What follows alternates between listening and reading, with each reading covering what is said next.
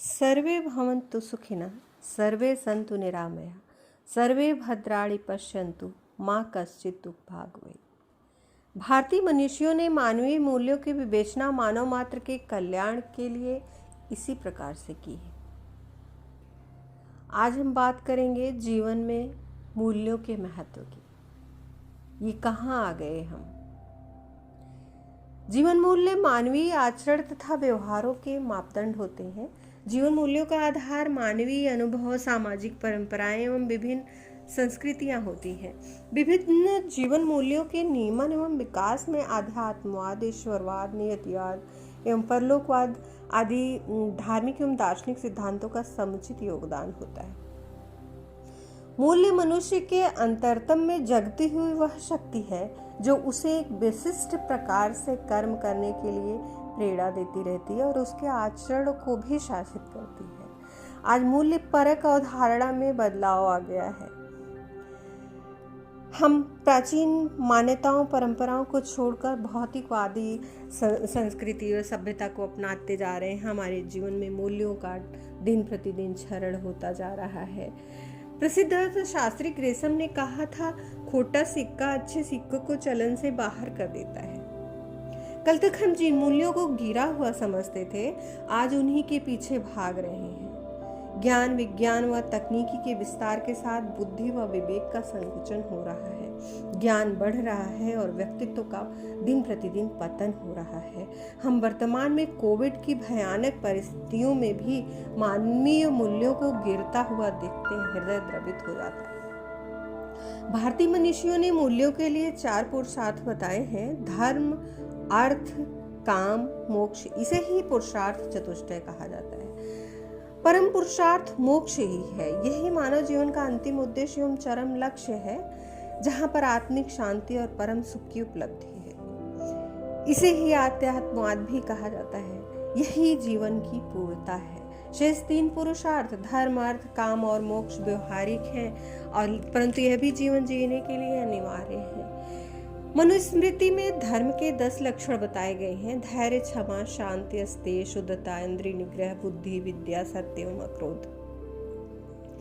शिक्षा पूर्ण करने के उपरांत हमारे वैदिक काल में आचार्य शिक्षक शिष्य को उपदेश देता था, सत्यम वद, धर्मम चर, स्वधान्य प्रय।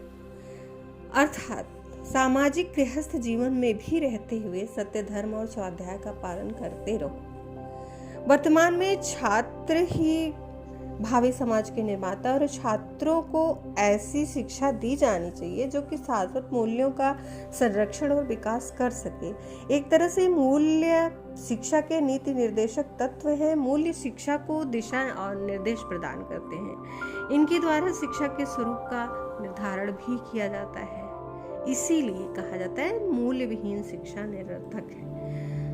प्राचीन वैदिक शिक्षा से लेकर आधुनिक शिक्षा पर मूल्यों का स्पष्ट प्रभाव देखा जा सकता है। यह सत्य है कि मूल्य पढ़ाने से नहीं बल्कि व्यवहारिक जीवन में ही सीखे जाते हैं। मूल्य परक शिक्षा का संबंध केवल शिक्षा संस्थाओं तक ही सीमित नहीं है, वरन बालकों में मूल्यों का विकास पारिवारिक एवं सामुदायिक क्रियाओं में भाग लेने से स्वाभाविक रूप से ही आता है। मूल्य परक शिक्षा से बालकों में सहयोग, सहानुभूति, परोपकार, आतिथ्य सत्कार, भ्रातृत्व की भावना, कर्तव्य निष्ठा, स्वाभिमान, श्रम की महत्ता, न्याय, आत्मविश्वास, आत्मनियंत्रण, सेवा भाव तथा ईमानदारी एवं मानवतावाद की भावनाएं विकसित करने में सहायता मिलती है। शिक्षक का स्वयं का जीवन, आचार, विचार एवं व्यवहार बालकों के लिए आदर्श होता है। अतः शिक्षकों को उदाहरण प्रस्तुत करने चाहिए। मूल्य परक शिक्षा की मांग आज सर्वत्र की जा रही है। श्री राम, श्री कृष्ण, श्री परशुराम, दयानंद सरस्वती, विवेकानंद, शंकराचार्य, चाणक्य, गौतम बुद्ध, महावीर स्वामी जैसे महापुरुषों की यह भूमि आंतरिक कलह, द्वेष, वर्ग भेद, जातिगत द्वेष की लपटों में जल रहा है।